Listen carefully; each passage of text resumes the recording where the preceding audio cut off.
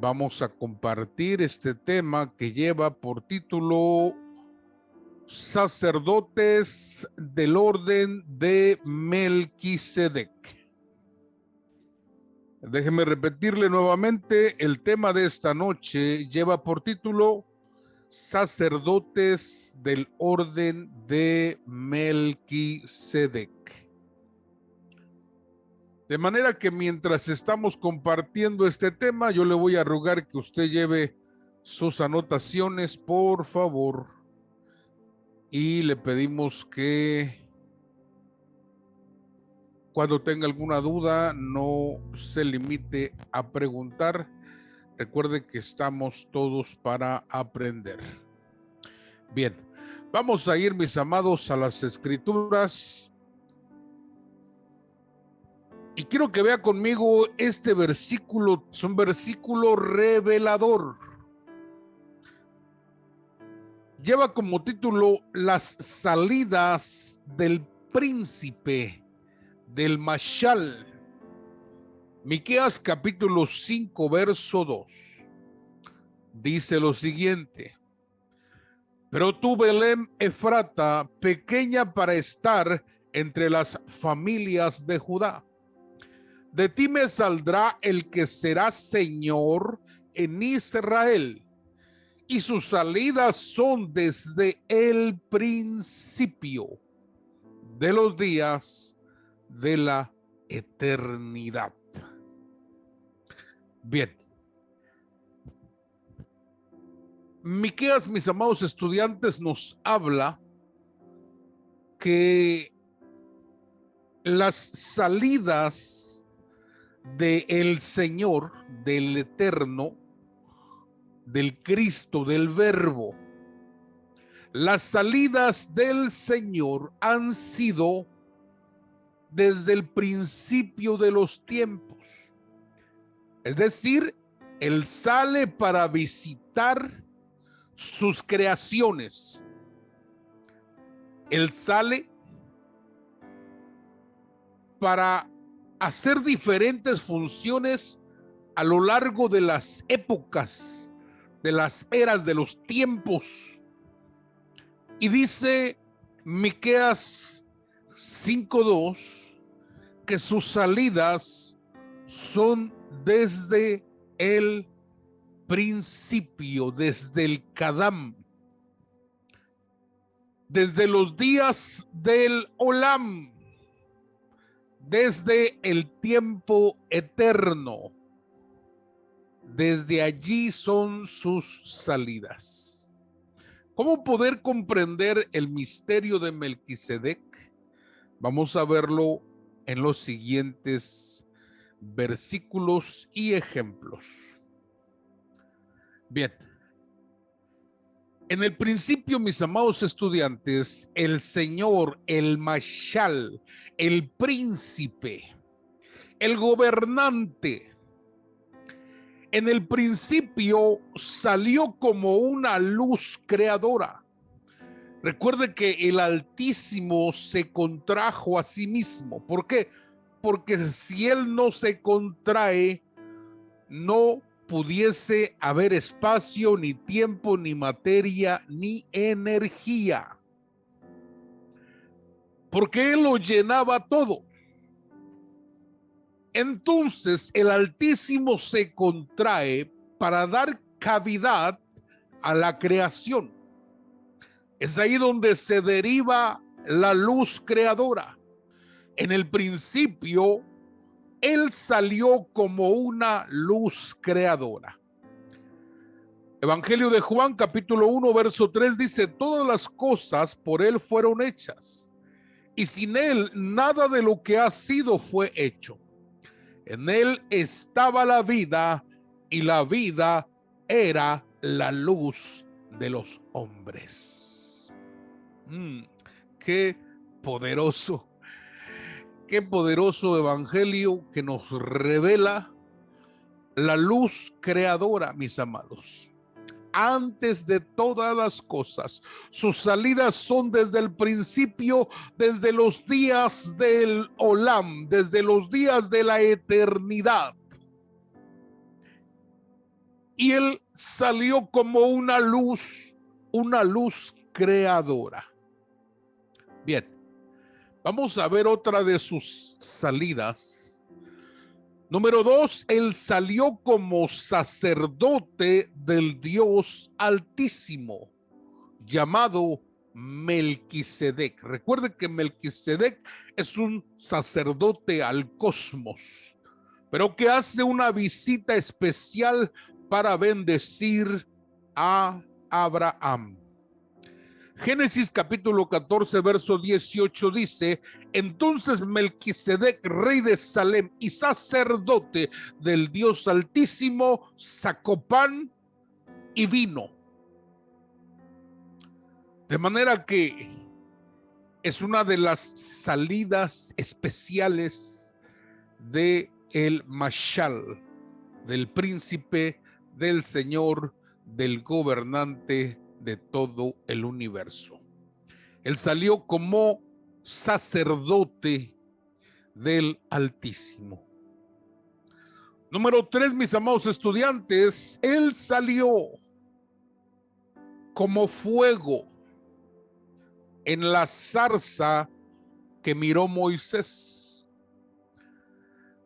Éxodo capítulo 3, verso 4 dice: y viendo Jehová que él iba a ver, lo llamó Dios de en medio de la zarza y dijo: Moisés, Moisés, y él respondió: heme aquí.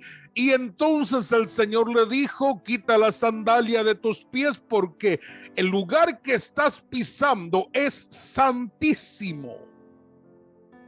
Entonces, fíjese cómo son las salidas del Mashal.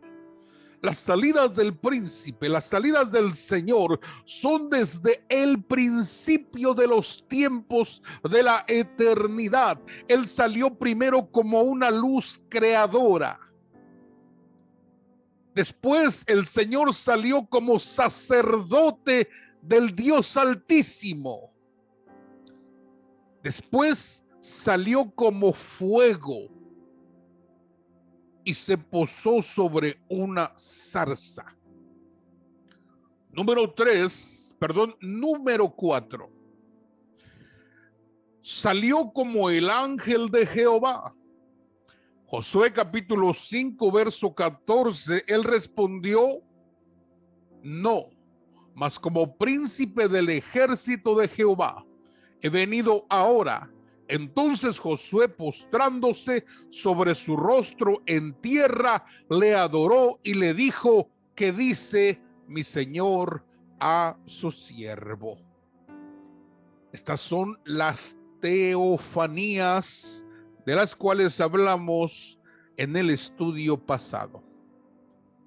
Bien, número 5, salió como luz salvadora. Evangelio de Juan capítulo 1, verso 9, aquella luz verdadera que alumbra a todo hombre venía a este mundo, mas este mundo no le conoció. Vino a los suyos y los suyos no le conocieron. Mire qué cosa más tremenda.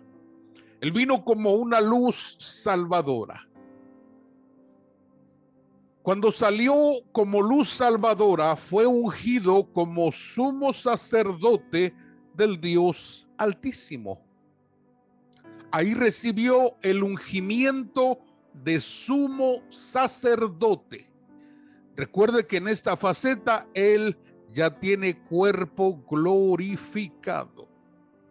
Hebreos 4:14, por tanto, teniendo un gran sumo sacerdote que traspasó los cielos, Jesús, el Hijo de Dios, retengamos nuestra profesión. De manera que Jesús fue ungido como sumo sacerdote, traspasó los cielos, Jesús, el Hijo de Dios. Sexta, él saldrá, repito, número 6, él saldrá, esta todavía no ha llegado, va a venir, pero como esposo.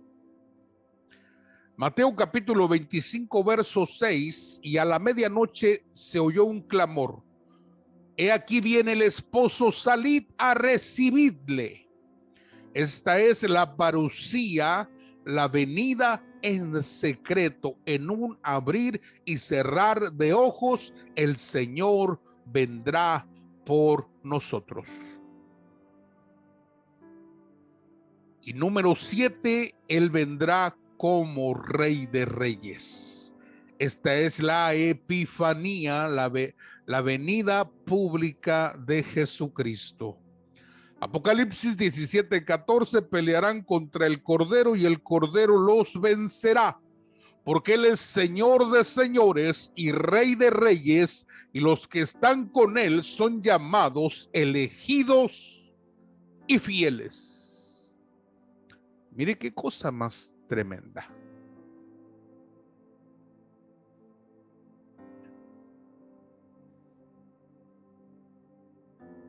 De manera que tenemos las salidas del Altísimo, las salidas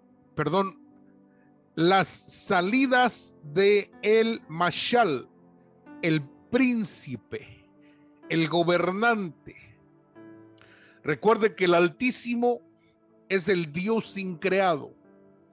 El Dios increado se derivó en el Padre, en el Hijo y en el Espíritu Santo. Pero hubo facetas para ello. Principalmente se derivó como, lo vimos al principio, luz creadora. Después se derivó como Melquisedec, sacerdote del Dios Altísimo. Después se derivó como fuego sobre la zarza. Después se derivó como el ángel de Jehová. Después se derivó como luz salvadora. Ahí es donde él fue ungido sacerdote, sumo sacerdote del orden de Melquisedec. Y después el Señor vendrá como esposo y por último vendrá como Rey de reyes y Señor de señores. Fíjese qué cosa más tremenda. Debemos entender los tiempos, las dispensaciones en las cuales el Señor ha trabajado para poder entender cómo funciona. Ahora bien, veamos lo siguiente, mis amados. Los títulos de Melquisedec, ¿cuáles son? Son 7. Él es rey de Salem. Él es sacerdote del Dios Altísimo. Él es rey de justicia. Él es mayor que Abraham. Él es sin genealogía. Él es sacerdote para siempre y él es el Olam, el eterno. Los 7 títulos de Melquisedec. Bien, hay 7 componentes en el tabernáculo. Présteme atención a esto, por favor, porque es demasiado importante que usted lo comprenda. Para que vea la conexión que hay en el sacerdocio melquisediano, Cristo y nosotros. Número 7, 7 componentes en el tabernáculo. Número 1, el arca del pacto. Número 2, el sumo sacerdote. Número 3, el candelero. Número 4, la mesa de los panes. Número 5, el incensario. Número 6, el lavacro. Número 7, el altar de sacrificio. Son 7 componentes en el tabernáculo. Ahora, hay 7 veces que Jesús dijo, yo soy. Estos son los 7 yo soy de Jesús. Él dijo, yo soy el pan de vida. Yo soy la luz del mundo. Yo soy el buen pastor. Yo soy la puerta de las ovejas. Yo soy la resurrección y la vida. Yo soy el camino, la verdad y la vida. Y yo soy la vid verdadera. Los 7 yo soy de Jesús. Bien, continuamos. Había 7 prendas que tenía el sacerdote. Las 7 prendas del sacerdocio era la mitra, el efod, el manto azul, el cinto, el pectoral, las 12 piedras y las 2 piedras de ónice. Escuche bien, las 2 piedras de ónice. De manera que nosotros vemos nuevamente esta conexión desde Melquisedec, el tabernáculo, Jesucristo y las prendas del sacerdocio. Ahora bien, nosotros, mis amados estudiantes, somos una raza de sacerdotes melquisedianos. Apocalipsis capítulo 1, verso 6. Dice así esta versión: y por su sangre nos ha purificado de nuestros pecados, haciendo de nosotros un reino y una raza de sacerdotes de Dios. Su Padre, a él la gloria y el poder por los siglos de los siglos. Amén. Quiere decir, mis amados estudiantes, que nosotros somos una estirpe, una raza, un linaje de sacerdotes para Dios el Padre. Mire qué tremenda responsabilidad. Qué tremenda responsabilidad tenemos nosotros. Porque es muy fácil decir somos reyes y somos sacerdotes. Es muy fácil decirlo. Pero la pregunta es, ¿realmente estamos siendo sacerdotes? ¿Realmente sabemos las funciones sacerdotales? ¿Qué es lo que hace? ¿Qué función? ¿Para qué? Esa es la pregunta, mis amados estudiantes, que nosotros deberíamos hacernos. Somos sacerdotes y somos una raza de sacerdotes. Pero puede ser que entre nosotros hayamos, déjeme contarme esta noche, entre los que no sabemos. Puede ser que habemos muchos que no sabemos por qué somos sacerdotes y para qué somos sacerdotes. Porque recuerde que somos una raza de sacerdotes para Dios. Pero necesito conocer las funciones sacerdotales. Recuerde que cuando nosotros vamos al Antiguo Testamento nos encontramos con la sombra de lo que había de venir. La sombra es figura de la luna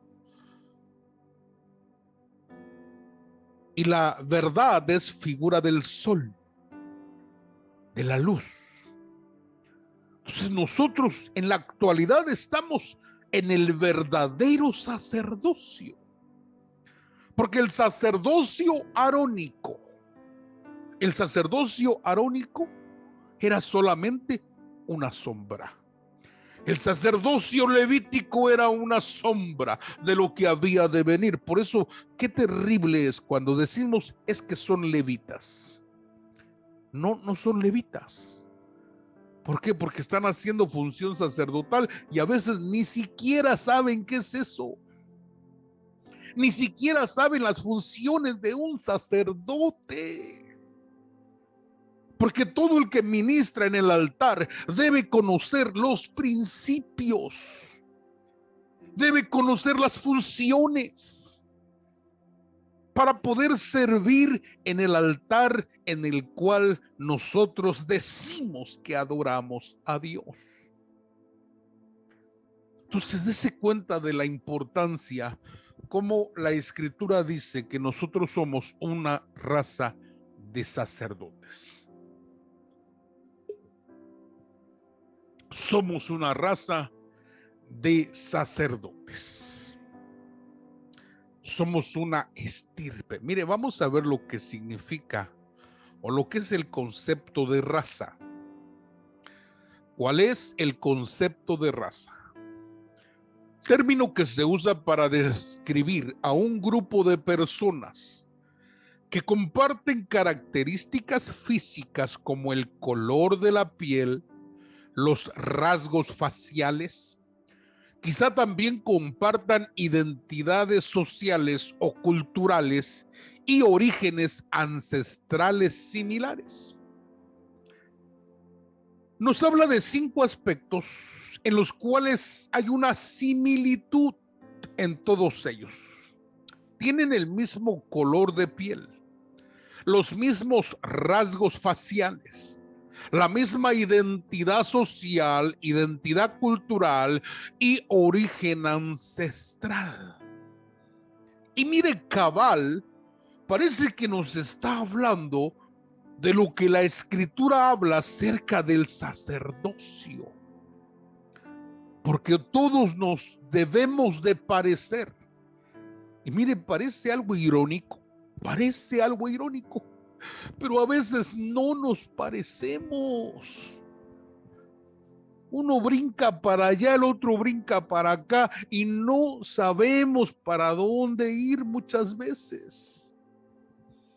Yo me encontré con unos creyentes que yo los conocí y ellos adoraban a Dios, y de pronto al paso de los años los vuelvo a encontrar y me dice, ¿sabe qué? Ya encontramos la verdad. ¿Cómo? ¿Cómo que ya encontró la verdad? ¿Que no la había encontrado ya? No, dijo, es que ahora estamos en una iglesia donde nos predican la verdad. Yo quiero decirle esta noche, amado estudiante, la verdad no es información. La verdad es la persona del Señor Jesucristo, el creador de todas las cosas, el que hizo los cielos, la tierra, los astros, el que hizo tu vida, mi vida, el que hizo todo. Él es el Señor Jesucristo. Entonces, no me salga con que ahora conoce la verdad, porque la verdad es una persona. Y hay que tener relación para conocer a alguien, una relación de amistad. Por eso es que Jesús le dijo a sus discípulos al final de su ministerio, ya no les llamaré siervos, sino que ahora ustedes serán mis amigos. Y los apóstoles, mis amados estudiantes, son los que llevaron y portaron la esencia del Señor Jesucristo, portaron la esencia misma para transmitirla a todas las generaciones hasta el día de hoy. ¿Cómo es posible que todavía no entendamos quiénes somos? Cuando me preguntan, ¿y nosotros qué somos? Nosotros somos hijos de Dios. ¿Y cuál es su doctrina? La doctrina de los apóstoles. Amén. La doctrina que los apóstoles nos dejaron. Esa es la doctrina del Señor. Oh, es que somos de allá, somos de acá. No voy a mencionar denominaciones. Nosotros siempre manejamos un mensaje cristocéntrico, siempre. Manejamos un mensaje cristocéntrico porque creemos que todos los que han nacido de nuevo han entrado al tabernáculo que es Jesucristo. Hay algunos que están en el atrio. Si tienen la revelación del sacrificio y de la purificación con la palabra, entraron a la salvación. Si conocen la revelación del lugar santo, donde está el pan de la proposición, donde está el altar del incienso, donde está el candelero de oro, ellos están salvos y tienen una revelación más amplia. Y quienes están en el lugar santísimo, que es la vida del Espíritu, hay una revelación más profunda. Pero con todo y eso tenemos que perseverar hasta el final para alcanzar lo prometido. Por eso que es importante, mis amados estudiantes, que nosotros conozcamos el sacerdocio. Podemos ver algunos aspectos del sacerdocio arónico, podemos ver algunos aspectos del sacerdocio melquisediano, como el que acabamos de mencionar. Y este tema va un poco más profundo. Realmente una hora no nos alcanza, mis amados, para poder explicar muchas cosas. Y tenemos que correr con el tiempo también. Bien.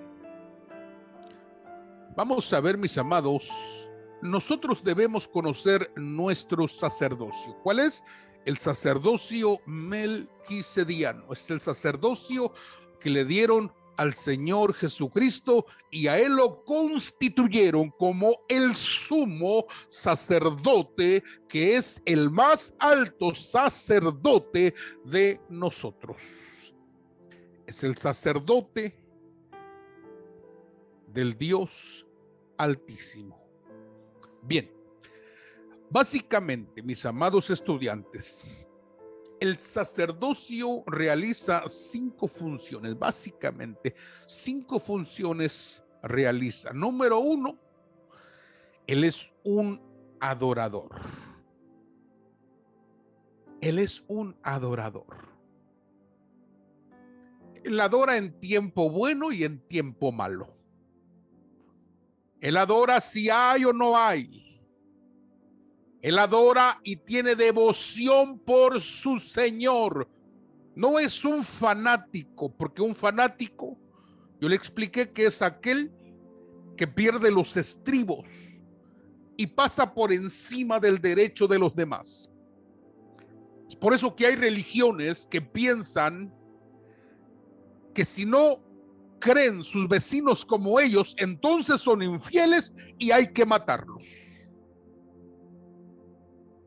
Pero nosotros no, porque el evangelio hasta el momento es un ofrecimiento a las naciones. El evangelio no se impone, el evangelio se expone. Y el Espíritu Santo añade a los que han de ser salvos. De manera que yo tengo que ser un adorador. Un adorador no solamente es el que canta, señores y señoras.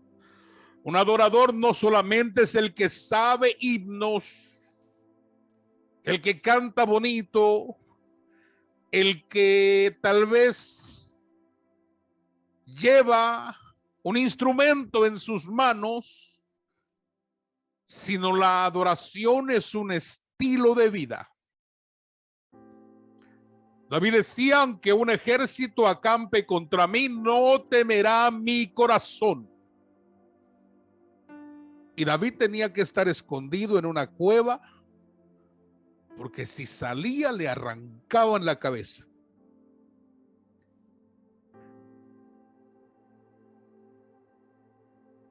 El salmista escribe y dice: en todo tiempo estará tu alabanza en mi boca, lo oirán los mansos y se alegrarán conmigo. Es una actitud ante las circunstancias. Un sacerdote adora a pesar de las circunstancias. Número 2, un sacerdote sacrifica, conoce el misterio del ofrecimiento.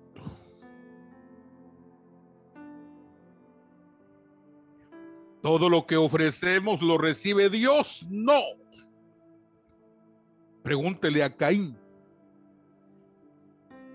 Había 2 altares, había 2 ofrendas, había 2 individuos, pero uno de ellos fue aceptado y el otro fue rechazado. Entonces yo tengo que conocer ese misterio de cómo agradarle a Dios, de cómo hacerle para que Él se agrade, qué es lo que a Él le gusta. David decía, Él ama la verdad en lo íntimo, la verdad. Cuando tú te sinceras con Él y le dices, Señor, no tengo ganas. Pero dices, como dijo Pedro, pero solamente en ti hay palabras de vida eterna. ¿A dónde iré? ¿A dónde iré si solamente en ti hay palabras de vida eterna? Un sacerdote enseña a los demás. Y la enseñanza primero la aplica en él y después enseña hasta sin hablar. Él enseña. Y cuando es necesario, abre su boca y enseña. Número 4, él intercede. Clama. Número 5, él bendice. Tiene facultad para bendecir. Tu boca tiene un poder, mi estimado estudiante, que no te imaginas. Hoy en día han inundado las redes sociales con enseñanzas que prohíben el bendecir, el hablar. A eso se le conoce como el dabar, la palabra, el dabar de Dios. Bien, de manera que básicamente tenemos estas 5 funciones. El sacerdote adora, sacrifica, enseña, intercede y bendice. Bien, vamos a anotar 7 aspectos. 7 aspectos que nosotros como sacerdotes del Dios Altísimo necesitamos tener. Número 1, mis amados estudiantes, nosotros debemos tener la identidad, la mentalidad de sacerdote. Primera de Pedro capítulo 2 verso 9 dice, mas vosotros sois linaje escogido, real sacerdocio, nación santa, pueblo adquirido por Dios, para que anunciéis las virtudes de aquel que os llamó de las tinieblas a su luz admirable. Wow. Dese cuenta qué tremendo privilegio. Qué tremendo privilegio. Necesitamos tener identidad. Somos un linaje, somos una raza, somos un real sacerdocio, somos una nación apartada, un pueblo que adquirió Dios para desarrollar la función de ser pregoneros de sus virtudes.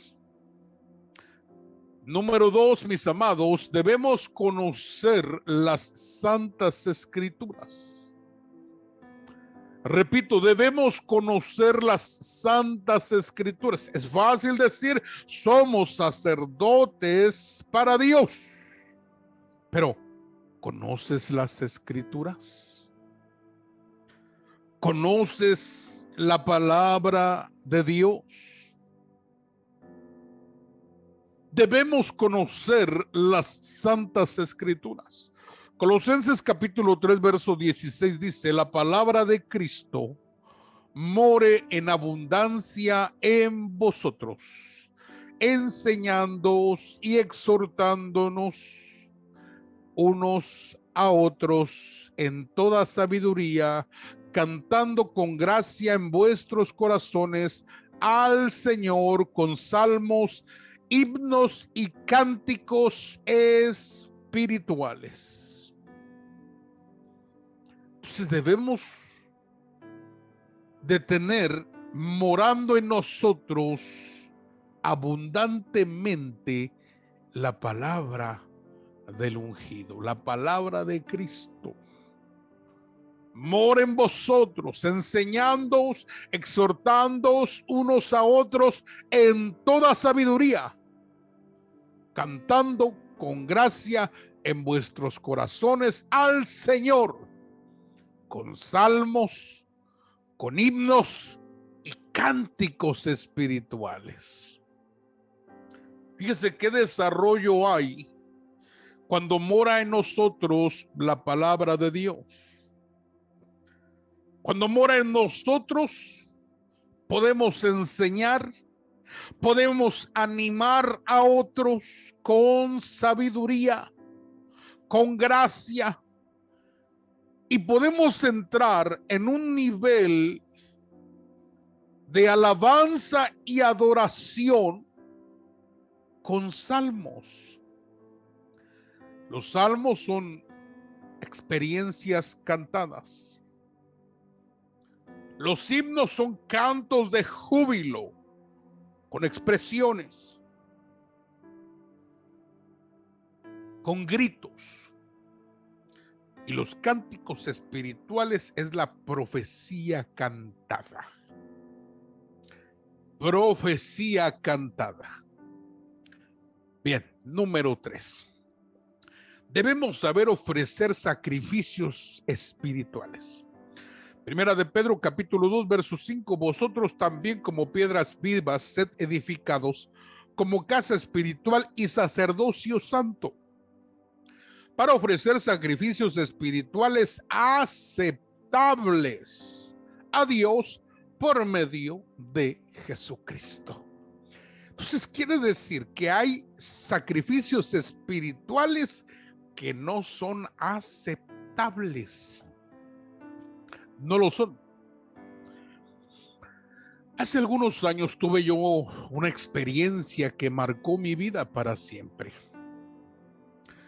Muy poco hablo yo de experiencias personales cuando tengo la oportunidad de ministrar la enseñanza. Muy poco, porque no me gusta hablar de experiencias y basar en ello una enseñanza. Pero quiero contarle esto, que mi experiencia fue llegar a una congregación donde se estaba cantando, toda la gente cantaba, había excelencia de músicos. Yo llegué y me postré para orar porque yo era el predicador. Me postré para la oración y de pronto oí un llanto. En medio de todo aquel bullicio, yo oí un llanto. Inmediatamente yo supe que el Señor lloraba. Y me impactó tanto porque mi pregunta fue, Señor, ¿por qué lloras? Y me dijo, porque este pueblo solo de labios me honra. Oh, amado. ¿Sabes qué? Yo sentí vergüenza ajena. Sentí pena ajena.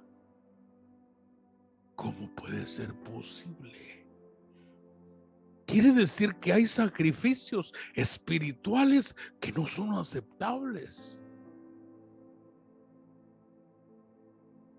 Presentad vuestros miembros como sacrificio vivo. ¿Se agradará el Señor de mi danza? ¿Se agradará el Señor de mi cántico? Y dice, cántale como sea, al cabo es para el Señor. No, no, no, no, no. Cuando hubo una restauración de las 24 órdenes sacerdotales, se pidió que se cantase al Señor, pero que se cantase con arte, no como caiga, sino con arte.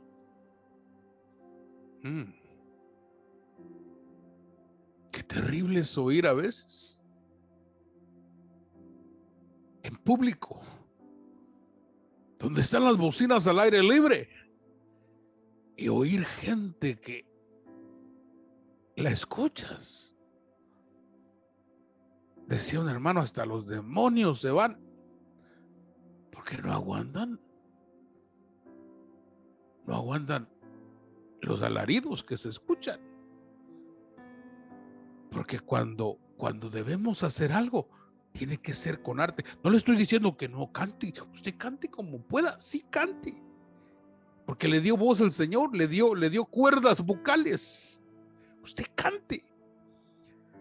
Pero cuando llegue el punto de ofrecer algo para Dios en la congregación, en lugares públicos, hagamos las cosas con el corazón, hagamos las cosas con entendimiento y hagamos las cosas con arte. Porque ni siquiera el mundo, escuche bien, pone a cantar a cualquiera, no. El mundo no pone a cantar a cualquiera, ni cualquiera sale en la televisión, no, señor. Son las voces más finas, son las voces más agradables. Porque nosotros debemos de ofrecer sacrificios espirituales aceptables, que parten de la pureza de un corazón agradecido. Pero después de ahí, mire, había quienes tocaban en la octava nota. ¿Usted ha oído escuchar a alguien tocar en la octava nota? Sí, solo hay 7. Pero la escritura dice que en ese tiempo había 8. En la octava nota, Dios eterno. Entonces, mis amados estudiantes, nosotros necesitamos saber ofrecer sacrificios espirituales, que Dios se agrade de mi oración, que no escuche palabras repetitivas, que no escuche palabras mentirosas o largas oraciones, sino que mi oración toque su corazón, que mi oración sea una plática con Él, que mi oración sea realmente palabras de mi corazón. Si vamos a danzar, dancemos, hermano.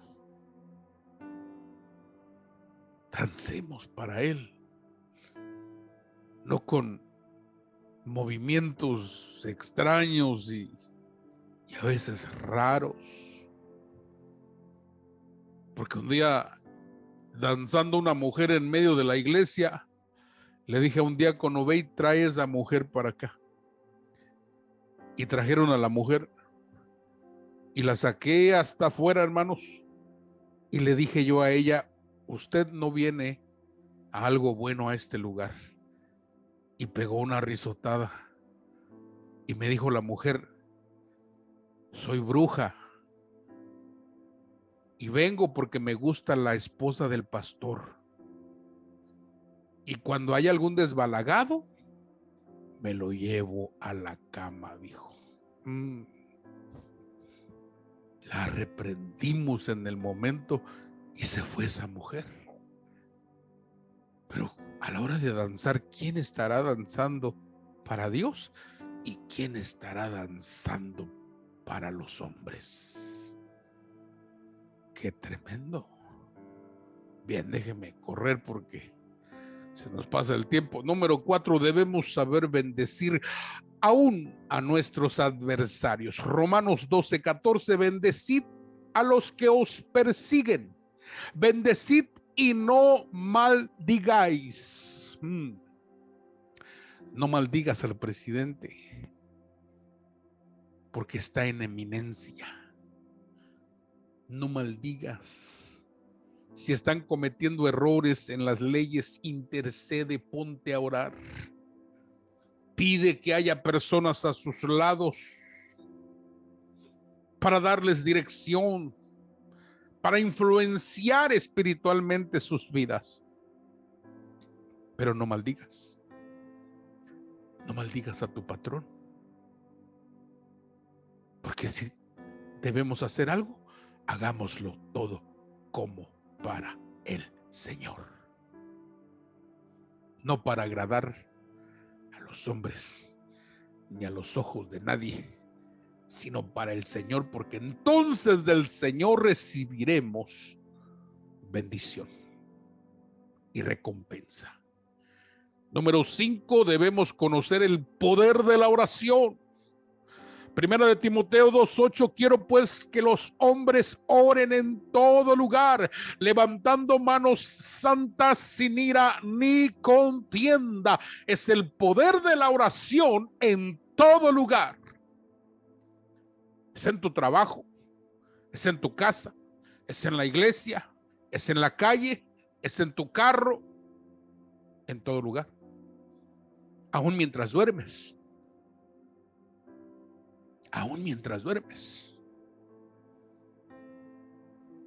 Orad en todo lugar, levantando manos santas, sin ira ni contienda. Debemos conocer el poder de la oración.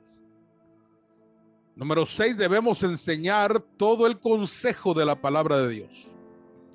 Hechos capítulo 20, verso 26, por tanto yo protesto el día de hoy, que estoy limpio de la sangre de todos, porque no he rehuido anunciaros todo el consejo de Dios. Mire, qué palabras. Qué palabras. Para decir, yo protesto el día de hoy que estoy limpio de la sangre de todos, porque les he enseñado el consejo de Dios. ¿Sabe cuántas horas pasaba hablando Pablo? 4 horas, 5 horas, 6 horas. Se alargaba hasta la medianoche.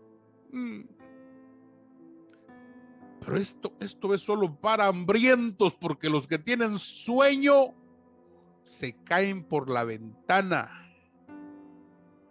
Número 7, debemos adorar solamente a Dios, no adorar ángeles, no adorar hombres, no adorar ministerios. Apocalipsis 22, verso 9, pero él me dijo, mira, no lo hagas, porque yo soy consiervo tuyo, de tus hermanos, los profetas, y de los que guardan las palabras de este libro. Adora a Dios. Adora a Dios. Entonces debemos de guardar nuestro corazón. Mire, ¿de quién estamos hablando? Del apóstol Juan. El apóstol Juan, según se cree, escribió el Apocalipsis, o más bien lo recibió por revelación. Y Juan, con toda esa experiencia de haber caminado con el maestro, de ser uno de los apóstoles que posiblemente fue arrebatado sin morir, de ser el que trajo la conclusión del canon bíblico,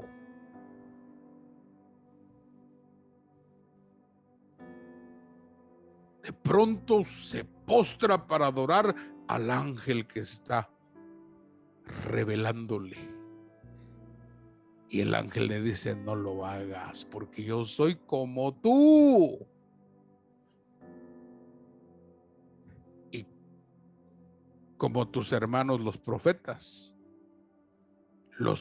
y de los que guardan las palabras de este libro. Adora a Dios. Entonces debemos de guardar nuestro corazón, amados sacerdotes. Debemos de guardar nuestro corazón de adorar ángeles. De pronto llega y me dice: es que el ángel Uriel me visitó. Y el ángel fulano, y el ángel sultán. Cuidado, no vaya a caer en adoración a ángeles.